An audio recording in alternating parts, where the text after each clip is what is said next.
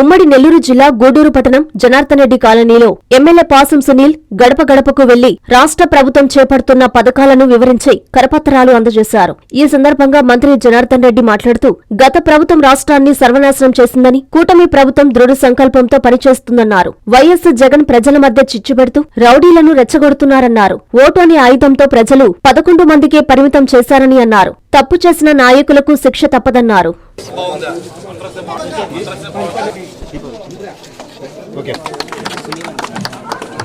ఈరోజు సుపరిపాలనలో తొలుగడుగు కార్యక్రమంలో గూడూరు నియోజకవర్గానికి రావడం, అది పథకాలన్నీ కూడా ఒక్కొక్కటిగా మొదలుపెట్టి ఇప్పటికే 80% పైన కంప్లీట్ చేయడం ఉంది. ఒకసారి మిత్రులు చూడాలి, ఒక ఇంటికి దగ్గరికి పోతే తల్లికి వందరంలో మాకు 5 మంది పిల్లలు 5 మందికి పడింది. 5 మంది పిల్లలు చూస్తే ఆ తల్లి చెప్తా ఉంది, మాకు ఏ ఇబ్బందులు లేవు, ప్రశాంతంగా మా పిల్లలను చదివించుకుంటాము, వాళ్ళకి బట్టలు కొనిచ్చాము. ఇంకా 3 ఇళ్ళకి పోతే మా బ్రాండ్ సైకిల్ బ్రాండ్ మాకు గుర్తు. ఆ సైకిల్ కూడా ఇంటికాడ పెట్టుకుని క్యా కర్ లే తుమ్నే క్యా పర్చేస్ కియా బోలతో మై సైకిల్ మోలియా బోల్కే సైకిల్ మీద కొడుకులు పిలిపించి జరుగుతూ ఉంది. అదేవిధంగా ప్రభుత్వం కమిట్మెంట్, ఇది దొంగల ప్రభుత్వం కాదు, దోచుకునే ప్రభుత్వం కాదు, మాట తగ్గే ప్రభుత్వం కాదు. ఏదైతే రేపు అన్నదాత సుఖీభవ త్వరలో ఇవ్వబోతా ఉన్నాం. గత పాలకులు ఆ రాష్ట్రాన్ని సర్వనాశనం చేసి ఆర్థికంగా ఎన్ని ఇబ్బందులు ఉన్నప్పటికీ కూడా పేద ప్రజల కోసమే ఈ ప్రభుత్వం, పేద ప్రజల ప్రభుత్వం.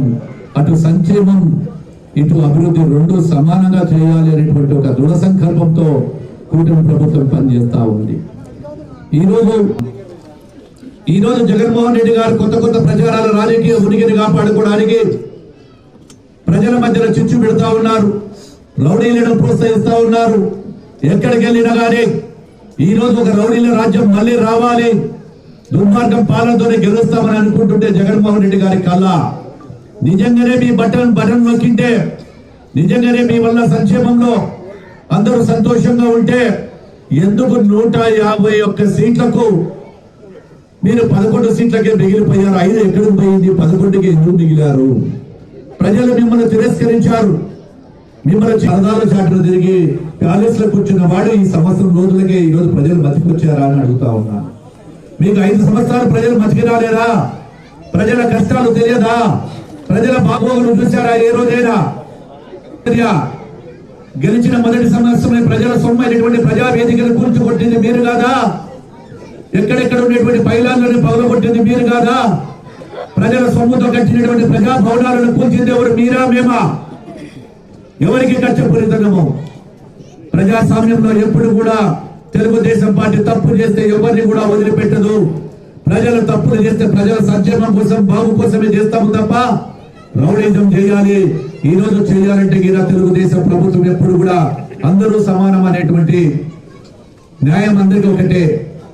ఖచ్చితంగా మీ బెదిరింపులకు బెదిరిస్తామంటున్నారు, రపరప ఆడిస్తామంటున్నారు, గంగమ్మ తల్లిని దానిలో నరికినట్టు నరుకుతామంటున్నారు.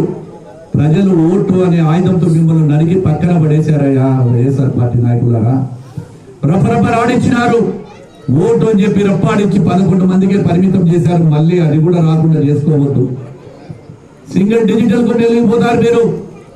ఈ రోజు ఏదైనా ఉంటే సూచనలు ఇవ్వండి, ఈ రోజు ఏదైనా ఉంటే మీ సలహాలు ఇవ్వండి. ఖచ్చితంగా సలహాలు తీసుకుంటాం. ప్రజలకు ఉపయోగపడేటువంటి ఏ సలహా ఇచ్చినా ప్రజల సంక్షేమం కోసం.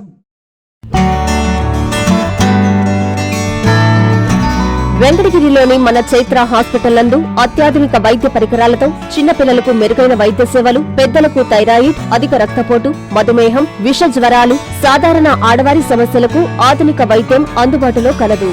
తమ హాస్పిటల్లో డాక్టర్ సుమన్ ఎంబీబీఎస్, డిఎన్బి చిన్నపిల్లల వైద్య నిపుణులు మరియు PGPN Boston University children specialist మరియు doctor M Swapnasudha MBBS FIDM sugar వ్యాధి నిపుణులు మరియు జనరల్ ఫిజిషియన్లచే మెరుగైన వైద్య సేవలు అందించడం జరుగుతుంది.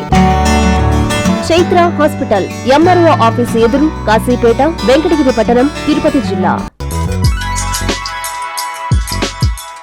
Hi Nilor, please subscribe to N3 TV.